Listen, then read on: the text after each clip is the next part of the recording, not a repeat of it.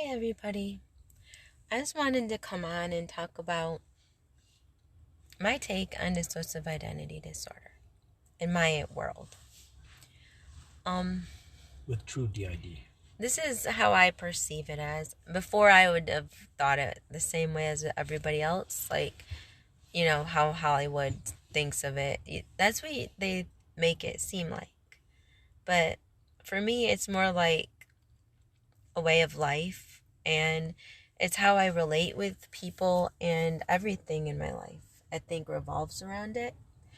In my experience with dealing with what I believe I do have dissociative identity disorder, I haven't been fully diagnosed yet, but I've talked to others that feel I have dissociative identity, and I've talked to even a psychiatrist who specifies in it, and he felt I was. He was wanting to get with me, but because I had to leave Grand Rapids and they were doing COVID already, so he was only going to do online, and I'm the type I like to be tangible. I'm not online type. I like to do my sessions in person, and I've been through therapy since I was about 5 years old, 5.5 years old.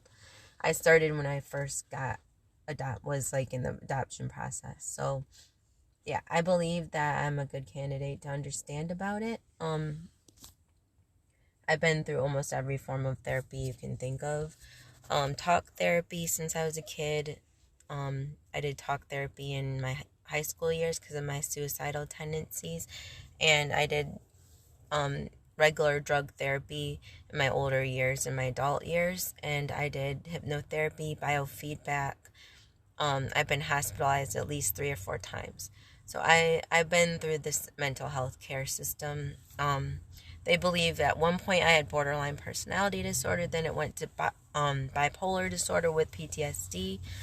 I've thought of having anxiety and depression, of course. That was the main things that was with it. It was mainly depression, because back then especially I was very moody, and my moods will fluctuate from certain times, especially on certain times of the month, of course, because we're females.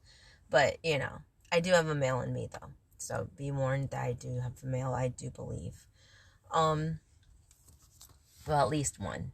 I don't know how many males, females. I don't know all the specifics. One that might be a little baby brother Johnny. I have little ones as well as older ones. So, it's really something that I'm just, like, more learning about. But I never understood about it. But I did know something was different about me. I knew that at times I would be a certain way, and then I would go on just being something else. And when I became something else, it was like the old parts, like, were gone. They weren't gone, but I couldn't get them back. And I was like, okay, why was I used to be that way, and now I'm not? I didn't understand, because I didn't realize I had this. I just thought, okay, well, before I had really great penmanship, and now you look at my paperwork and I'm crap. I can't make myself write like that. I don't.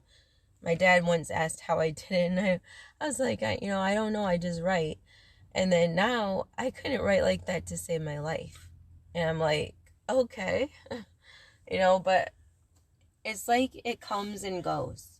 And then you might feel like that one's kicking in a little bit, and then it's gone. Or it comes in and you're totally immersed in that feeling. I've also had it where I've had anorexia at one point. And this is really where I started realizing that I change a lot. When I was anorexic, I don't even remember much about being anorexic. I don't remember how I was. And I was just so immersed in that way that that's all I was. And you asked my mom, we fought a lot. Like, I would get spanked because I wouldn't eat my food.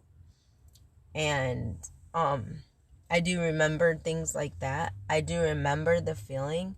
But I remember, like, it was weird because it was like part of me didn't want to be that way. And that's one thing I'll tell you about dissociative identity disorder. You almost feel like you're being controlled by something else at times. It feels like you're being possessed. It does. Because it's like some feeling comes into you, and it feels like you're drawn to doing whatever you're going to be doing.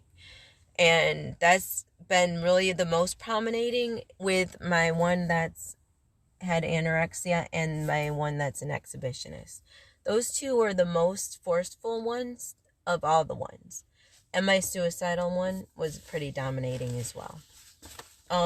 When those parts of me were in, it was like I felt like I couldn't even have a say. And at times I would kick in again. The part of me that I feel like I am.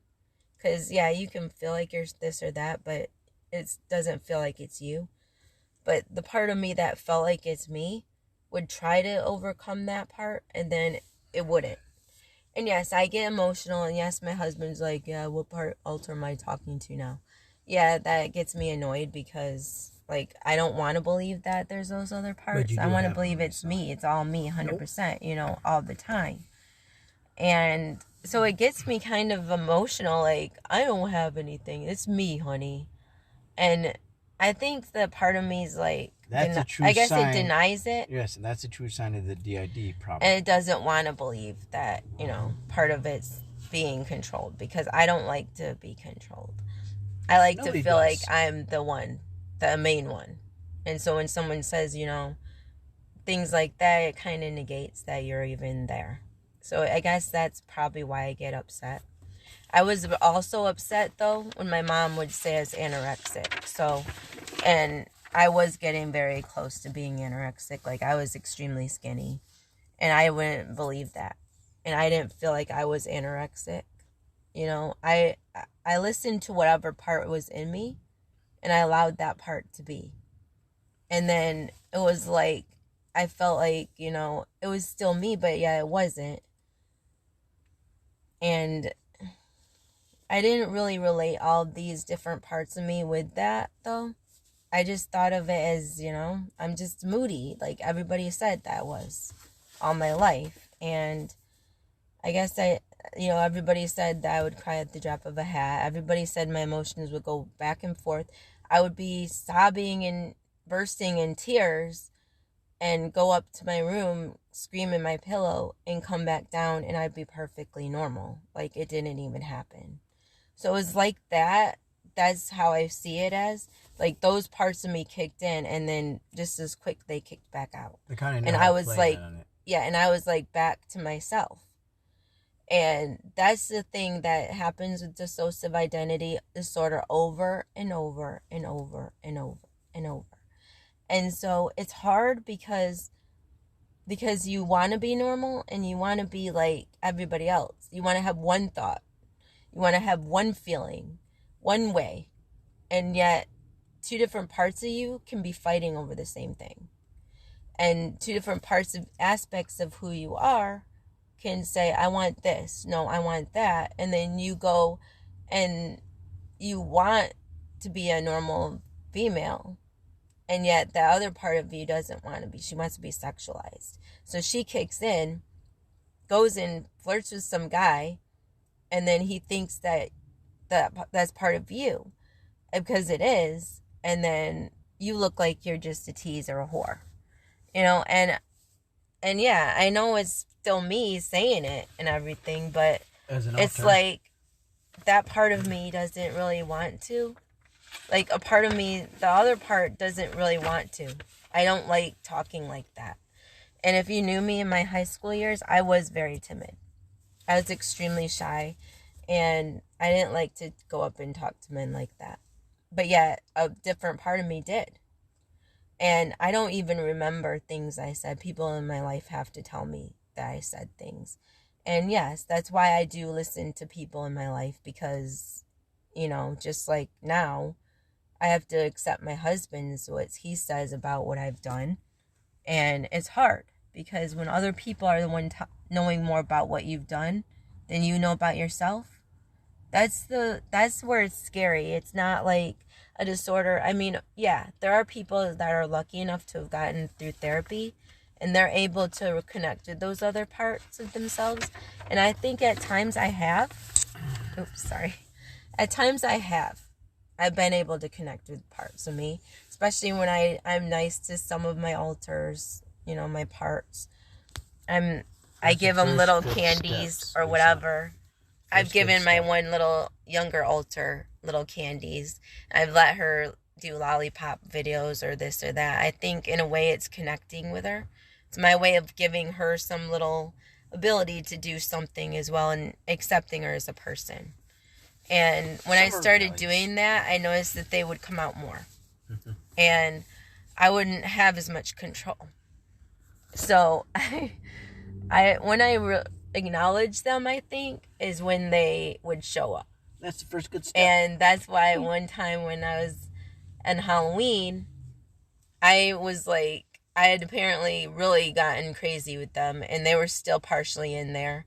And even a little bit later, after Halloween is done, a couple of Decembers ago, one of them wanted, they were doing this Thanksgiving party or whatever. Christmas party, and they were giving out little treats. No, it was Thanksgiving, I thought, because it was little cookies. Cookies from Christmas. Or maybe it was either Christmas or something it was It was Thanksgiving, because Christmas we went to the potluck thing. So it was a little Thanksgiving thing that we had at our and you motel. snuck out, and your little and my little part of me got the cookies. Snuck out at night, because I guess that's what she would do at night when I was little. My little part of me, my little Mona part of me, would get up and go get food. And so I think that's the one that snuck out and went and wanted some little cookies, because they had mentioned cookies and snacks and stuff, and she liked those. So she wanted to go and I don't know how she acted. I don't know what she said or whatever, but there was a bag of cookies.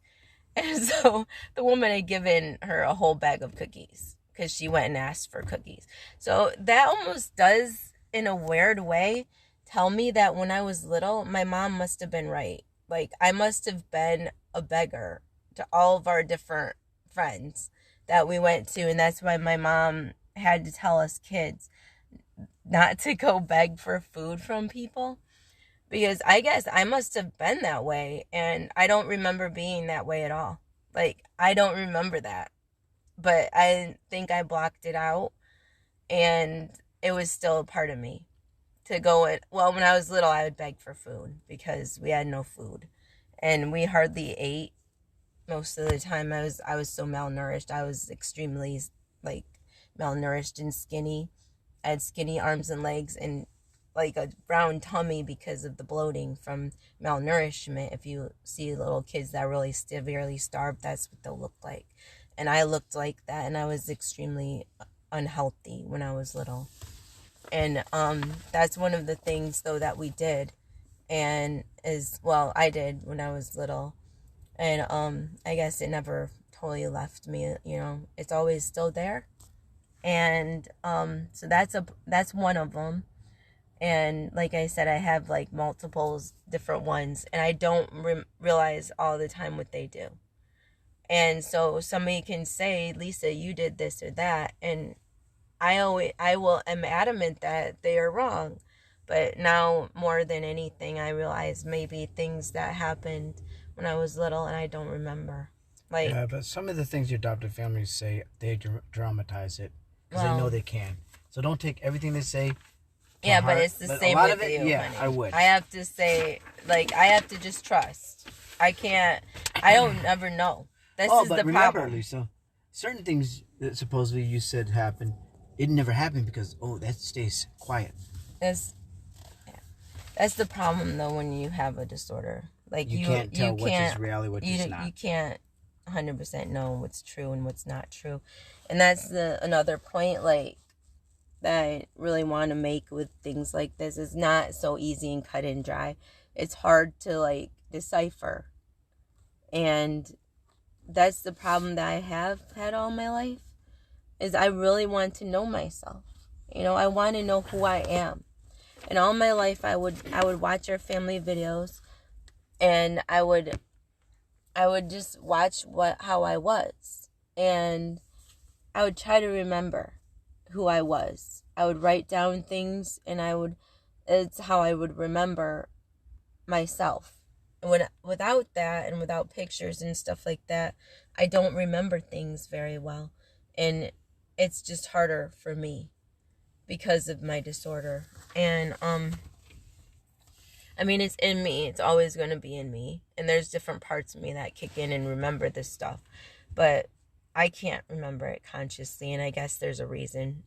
I'm sure there's way too much crap that I've had in my past that maybe I don't want to remember. Maybe it'll never be remembered. But it's not so easy as people make it believe. So I just wanted to come on and share my take on dissociative identity. I don't think it's as cut and dry. I think it's got so many layers, and we're just now realizing things.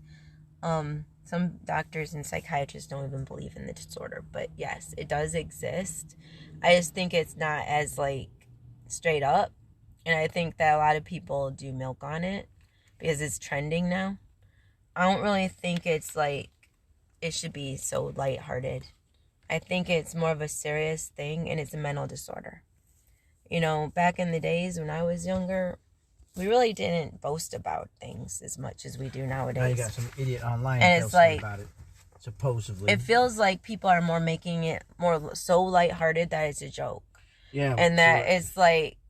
It's not a joke, it's a serious problem. It just feels like mental health is now becoming like a fad and a trend, and it's like people want to be anorexic. It's your personality disorder. It's your life. I know. And those How who is really that have a trending thing? It's not a trending thing. Those who really have it, and not people that are not really having it and they are just pretending they have it just to get famous, that's kind of wrong.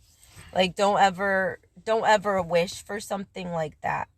Like, that's just as bad as wishing you had anorexia. Honestly, no, you don't. Trust me. You don't want to always be obsessive over food. You don't want to deny things so much that you're starving yourself and that you almost kill yourself. And that you become so sickly thin that everybody in your life worries about you. This is an OT or makes light of it. This is an OT celebrities. Knock it off. It's not idiots. Anything it's cut out to be. It's very serious. And trust you me, it's not something, if any disorder, like, that's the worst disorder to want to have. Anorexia, dissociative identity, any of these disorders really, I mean, suicidal tendencies, any of these type of things, you do not want, and you don't want the experiences that make you have to have them. Because all these disorders are rooted on trauma of some kind, and some kind of severe abuse, and neglect, and either abandonment or some kind of problems that are emotionally triggered. Yeah. So if you have these disorders, generally that means you've been through a hell. And it's not just something you wake up and, oh, I have a mental disorder. Like, no, you don't. Like, it's not like that. Like, mental disorders, true mental disorders that aren't just about trending and how fat and popular you can be. It's more about, like, your life and what you're dealing with. And it's going to be with you all your life. It's not just something, oh, I have it that minute and now I'm over it, so I'm going on to the next trend. That's not what it is. It's like a real thing. And this is what gets me pissed off about certain people that make it a joke. Like this one woman online now. And when you make light of somebody else that has a mental disorder, you're not any better. You're worse. Like, actually. when I do my little fun TikToks, that's just silly. I'm not really like that. I don't believe in people that bully other people. And yes, people that are overweight, I still don't bully them. I don't bully them. I don't bully people that have just other disorders. Like, we're even watching stuff called Hoarders. And it gets me so pissed when I see people on that show, like, being mean to the people that have the disorder. It's a disorder. They're going to have problems. They have a mental disorder. There's this one person in one of the times I was in a mental hospital, and somebody was really rude to this other person and got all the different people all rude on this one person. Yeah, they're all mental. And I was like, I jumped in. I was getting so pissed off at that person because I was like, no, we're in a mental hospital, people. You don't have any right to judge another mental patient. People do. I, like, literally went off on that motherfucker. Yeah. And, like, everybody just shut the fuck up. And here's the thing. The staff, who should be the one solving the problem, don't do shit. So, the staff should be the fuckers in the mental hospital permanently. Yeah, I wasn't even needing to really be there. I was, well, at the time I was suicidal, but I mean, and I had a little alcohol, or quite a bit of alcohol, and so I was in there, but you know, I can't stand bullies. I've been bullied a lot in my life. That makes two of us. And so I've been through a hell of a lot of shit. So I know I don't look like it, but I have. I've been through so much, and my little alters and the parts of me, I think, are the only reason I can even handle this shit. Because pretty soon I'll be done with this part of my life as well. It'll go in my little memory bank, and one of my alters will take it, most of the hate and the hurt and all the crap that happened, and I'll just do the same thing I did with all my other parts, and they'll just go into its own little part, and I'll be done, and I'll go on to my next part of my life. And I think honestly that's the only thing that's gotten me through my life, because my life has been one big hell of a roller coaster over and over again. And so that's the main reason that I think I get through my stuff. So that's why I've been through what I've been through, and I can live through it. And people wonder how I do it. That's how. Because half the time I don't consciously remember what I'm telling you. Isaac! Nope, it's okay. Just a minor bump. But yeah, that's what I wanted to share about the disorder, and just talk to you about the different things that I felt it was. I know I've talked about on my channel a lot of different things, but this just was like, well, I've done dissociative identity disorder before a lot, because it is part of my disorders. Yeah. And this needs to be said, because a lot of people getting it wrong. Because a lot of people put out their shit and they don't tell the truth, or they just make up stuff. You got because one they want supposedly online who's trending and making herself popular. She's not in the right. It's like, I don't know how she's able to do it this on spur of the moment. I mean, I know some people get to the point where they can connect with their alters, but for one thing, I think that doing it just to make money or to get yourself big time like that, I think is kind of demeaning to the other parts of your system. Like, the different parts of you, like, I could never make my parts come out all the time. I think it would take up too much of my energy. They come out when they want to, or when it feels really threatened, like in that environment that I used to be. And my environment activity is extremely extreme. Like, I think a lot of mine was hardcore heavy metal rock and stuff like that. Thanks to some of your weirdos. Like, a lot of weirdo freaks. In my life, I've had different people that have had that, fit that category. Loud ass music. Alcohol, of course, and probably drugs within it. And I think that happened to me when I was a kid as well. Also being forced to be a certain way. And I think that's what help. I was forced to drink alcohol and stuff while I was abused. And that's why when I drink, like, it only takes me a few sips of it, and I'm usually in that spot. Now, this past time I did drink and I didn't get there, so I was like, okay, wow. That was the first, like, I had ever had it where I wasn't, like, totally gone. And I was like, geez, this stuff was not very strong, or something going on. Or maybe that part of me is like... Or, Lisa, I don't know. During our situations, if we had to survive because we were homeless, your body had to have a defense mechanism. Yeah, so maybe it's strong already self-assertiveness that had to maintain control. So the alcohol wasn't good enough.